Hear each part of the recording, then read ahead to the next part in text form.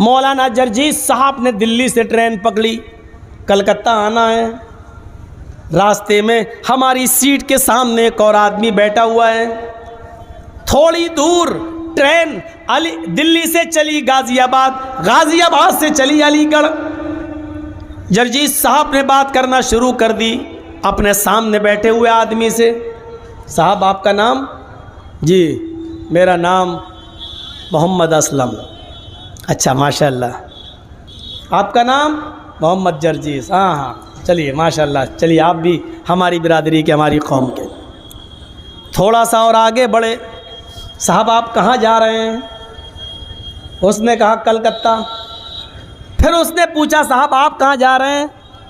मैं भी कलकत्ता। चलिए माशाल्लाह, तो सफ़र बहुत अच्छा। देखिए चंद घंटों में मामला कितना आगे बढ़ता जा रहा है। थोड़ा सा और आगे बढ़ते हैं। गाड़ी इटावा कानपुर इलाहाबाद क्रॉस करती है। साहब आप कलकत्ता में कहाँ जा रहे हैं? उसने कहा मडिया बुरुज। फिर पूछा आप कहाँ जा रहे हैं? साहब मैं भी मडिया बुरुज। चलिए माशाल्लाह, कलकत्ता के बाद भी हम लोगों का सफ़र एक ही टैक्सी से हो जाएगा। मामला आगे बढ़ता गया। रात हो जाती है। कभी चाय बेचने वाला आता है, मैं उसको पिला रहा हूँ, वो मुझे पिला रहा है। किसी स्टेशन पर गाड़ी रुकती है, वो पानी भरने उतर रहा है तो उसके सामान की देख रेख मैं कर रहा हूँ। मैं उतरता हूँ तो मेरे सामान की देख रेख वो कर रहा है, क्योंकि अब सफ़र में एक दूसरे के माल का मुहाफिज हो गया है। एक दूसरे से जान पहचान हो गई है। वो हमारे माल की हिफाजत कर रहा है, मैं उसके माल की देख रेख कर रहा हूँ।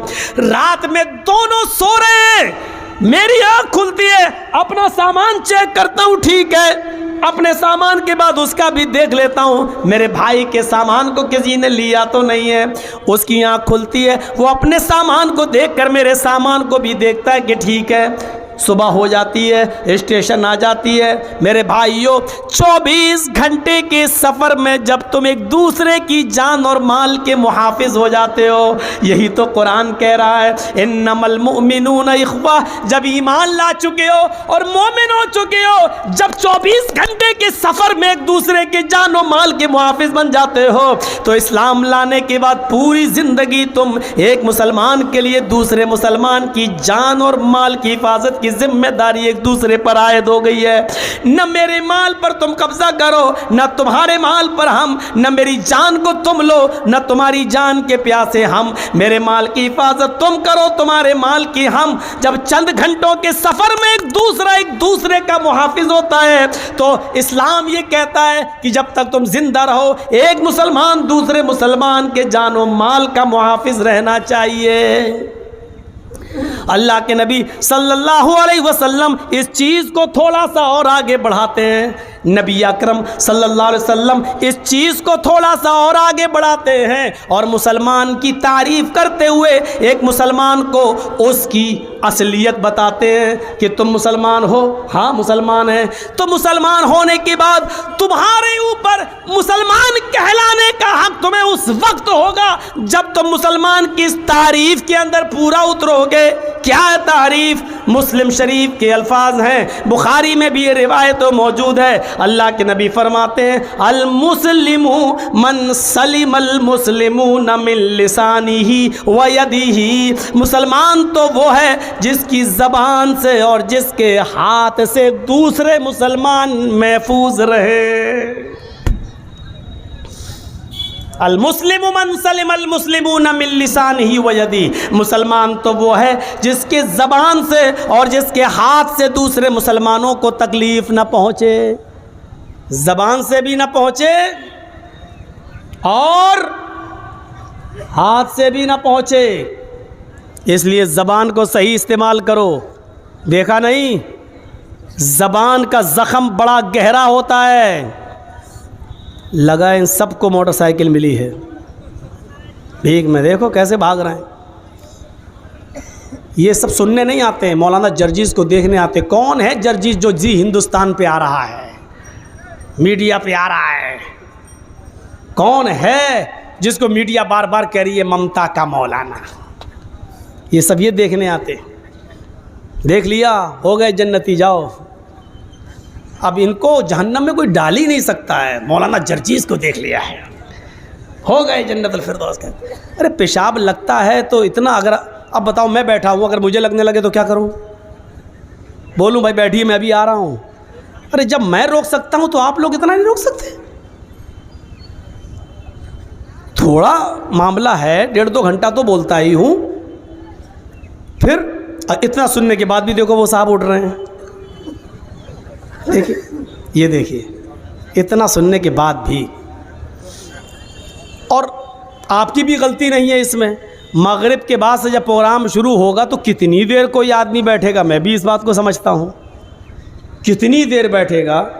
यकीन मानिए पूरी रात सोया नहीं। हमारे मेज़बान साहब जिनके घर पर मैं रुका था, उन्होंने फ़ोन पर किसी को बताया कि मौलाना जर्जीस का टाइम 12 बजे। तो मैं समझा कि कमेटी के ज़िम्मेदार आदमी हैं, 12 बजे टाइम होगा। तो 11 बज ही चुके थे। मैंने कहा अब क्या सोएं हम, 12 बजे टाइम होगा। मैं 12 बजे से इंतज़ार कर रहा हूँ कि अब कोई आए, अब कोई आए। होता है 12 का 12:15, 12:30। मैंने 1:30 पर 22 मिनट पर अपने ज़िया भाई को जगाया जो गुमानी से आए। मैंने कहा यार ये कोई तुक है, 1:30 बजने जा रहा है, अभी तक कोई आया नहीं मुझे लेने के लिए। हाँ 1:30 बज गया, हाँ 1:30 बज गया। फिर उन्होंने फ़ोन किया, बाद में पता चला कि साहब 2 बजे टाइम है। जबकि मैं हिरनपुर की तकरीर में कह चुका था, अभी इसी महीने के शुरुआत में 27 फरवरी को हिरनपुर में मैं कह चुका था कि 12 बजे के बाद झारखंड में हमें जहाँ भी टाइम मिलेगा मैं आइंदा उस इलाके में नहीं आऊँगा। भाई उम्र जब मेरी 18-20 साल थी तो चलो ठीक था। अब आप सोचो जिसके रोज़ प्रोग्राम हो और 2-2 बजे आप टाइम देंगे हमें, हैं? कहाँ मारी गई अक्ल हमारी? कहाँ जा रही है हमारी अक्ल? और 2-2 बजे तक ये बैठेंगे बेचारे। साहब फजर तक चलेगा जलसा, तो ठीक है दूसरे मौलाना को भी रखिए हमारे बात बोलने के लिए। हमें उस टाइम में दीजिए जब लोग चाको चौबंद रहें, गैर मुस्लिम लोग भी रहें, तब तो वेद के मंत्र अंतर पढ़ने में अच्छा लगता। 2 बजे आप लाख के ये हिंदू भाई बैठे, हम नहीं मानते आपकी बात, नहीं मानेंगे। अरे 12 बजे तक तो चलो एक बात है। बंगाल के प्रोग्राम में ज़्यादा देना शुरू कर दिया हूँ। क्यों? बंगाल में 10 बजे टाइम मिलता, 12 बजे जलसा ख़त्म, आदमी सो ले, आराम कर ले, ये कर ले। 2 बजे टाइम दे रहे हैं मुझे। तो खैर चलिए, अब तो दे ही चुके हैं, आगे के लिए हम भी थोड़ा सा सोचेंगे। मेरे भाइयों सुनिए, आपकी भी गलती नहीं है, उठना है, जाएंगे 2 बजे तक। कौन आदमी बेचारा अब कमर सीधी करेगा, उठेगा बैठेगा? हम लोग तो ऐसे कर लेते हैं, ऐसे कर लेते हैं, बोलते हैं तो ये चलो थोड़ी बहुत। आप लोग तो यहाँ, अब बहुत से लोगों पर अगर नज़र डालें तो यहीं सो रहे होंगे। लेट देखिए, ससुराल में आए हैं बेचारे। देखिए अब इनका क्या किया जाए? नहीं सोने दीजिए, जलसा सुनना फ़र्ज़ नहीं है, ठीक है। अगर कोई आदमी सो जाता, फजर में उठ के नमाज़ पढ़ लेता, ये बड़ी अच्छी बात है, ये जलसे से बेहतर है।